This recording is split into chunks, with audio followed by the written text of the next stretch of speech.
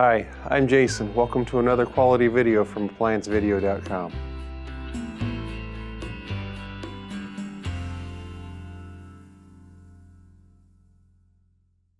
Today we're going to be showing you how to enter the diagnostic mode on this Whirlpool freestanding range.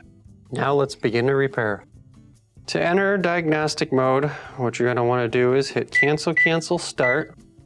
You're going to see the TST, which is going to indicate that you are in diagnostic mode. From there, we can scroll through the menu using the temperature/time arrow keys.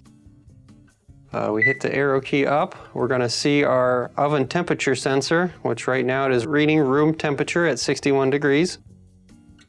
Scrolling up one more time, we're going to have our temperature offset. You can change your offset in 5-degree increments. Right now there is no offset, so it is 0, 0.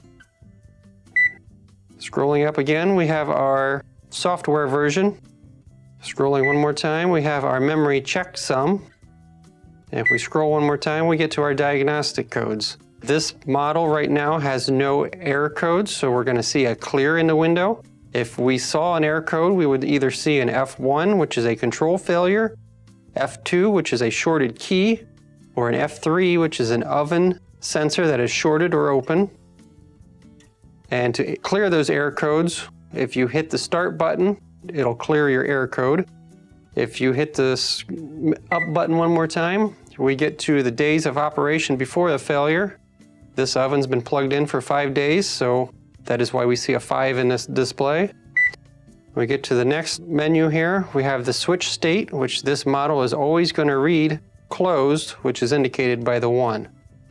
We scroll up one more time, we get back to the beginning of the menu, and to exit diagnostic mode, we hit the cancel, and that completes diagnostic mode.